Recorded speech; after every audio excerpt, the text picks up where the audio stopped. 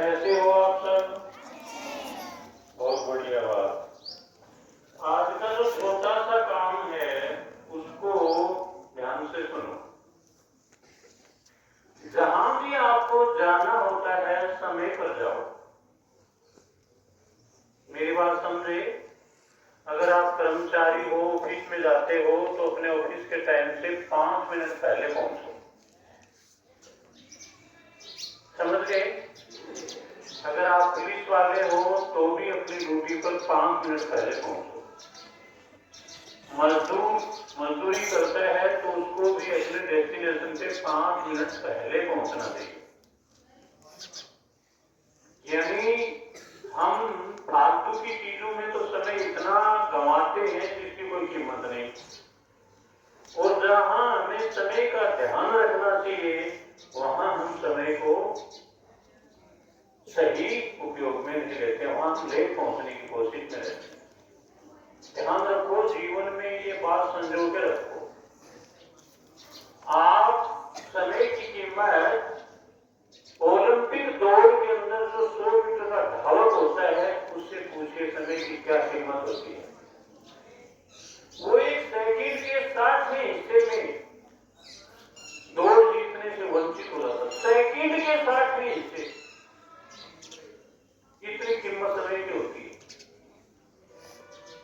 तो जहां भी हमें पहुंचना होता है, चाहे जीवन का कोई कार्य हो, शादी ब्याह हो, पार्टी हो, कुछ भी हो, हमें समय पर पहुंचना बहुत जरूरी है। आज विज्ञान का युग आ गया है।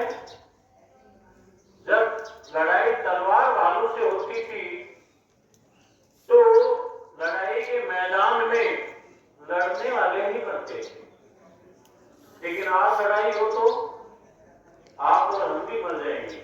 जो युद्ध भूमि में नहीं है वो भी मर जाएंगे। क्यों? आज घातक मिसाइलें छोड़ी जाती हैं, आज बड़े बड़े बम पटके जाते हैं। तो बम और मिसाइलें बच्चों ये नहीं जानते कि कौन दोषी है और कौन निर्दोष है, कौन लड़ाई के लिए जिम्मेदार है और कौन नहीं है।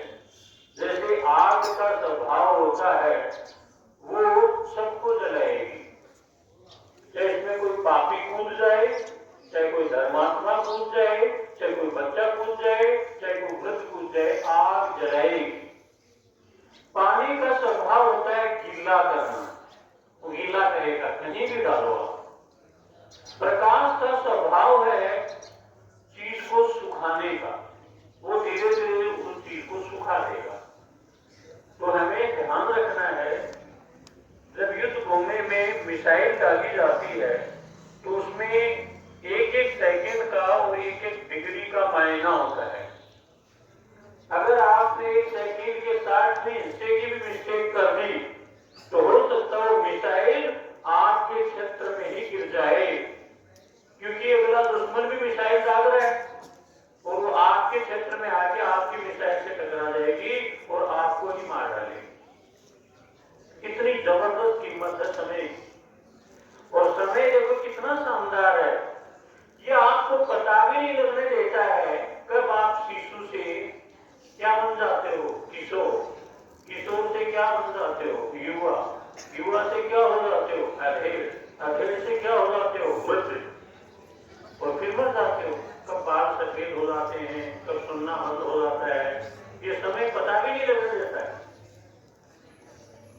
इसलिए इसका पता लगाते रहो, समय का हमेशा ध्यान रखो। विवेकानंद के बारे में 2 छोटे छोटे प्रसंग हैं, ध्यान से सुनना। विवेकानंद जी के पास कोई घड़ी नहीं थी। कलाई घड़ी होती ना आजकल हम रखते हैं, वो फलानी घड़ी, वो टिकड़ी घड़ी, वो मोबाइल, ये ऐसा कुछ भी नहीं था। और विवेकानंद जी सिला हुआ कपड़ा भी नहीं पहनते थे, वो 5 मीटर का एक कपड़ा अपने शरीर के लपेटते थे बस।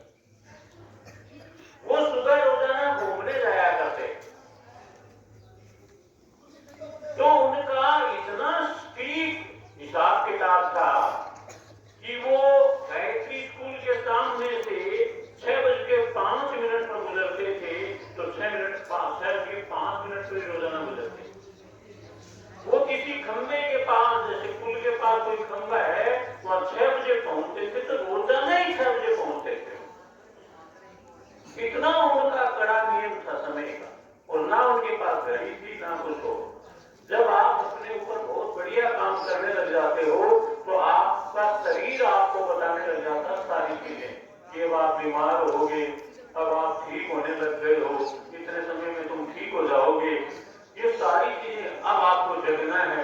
कितने बजे जगना है आपको? आपका शरीर की एक बायोलॉजिकल क्लॉक होती है आपके अंदर, वो सक्रिय हो जाती है। तब एक निमेष का भी अंतर नहीं आता, एक क्षण का भी अंतर नहीं आता, इतना ठीक सिस्टम हो जाता हूं। दूसरी जो प्रसंग है वो भी विवेकानंद से संबंधित है। देखो, दो चीजों का डर हम और आप लोगों को सदैव लगता रहेगा।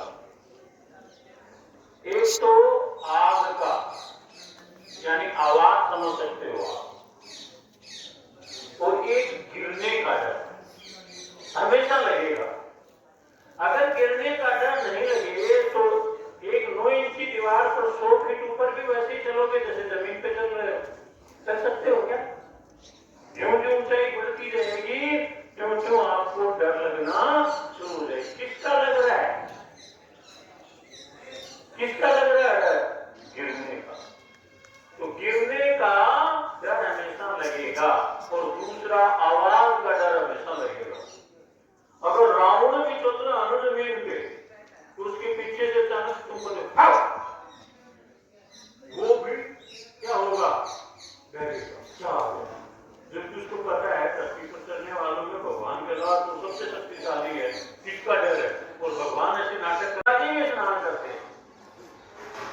तो रोजाना की भांति एक दिन स्नान करने वो जा रहे थे, तो उनको आगे से बंदर मिल गए।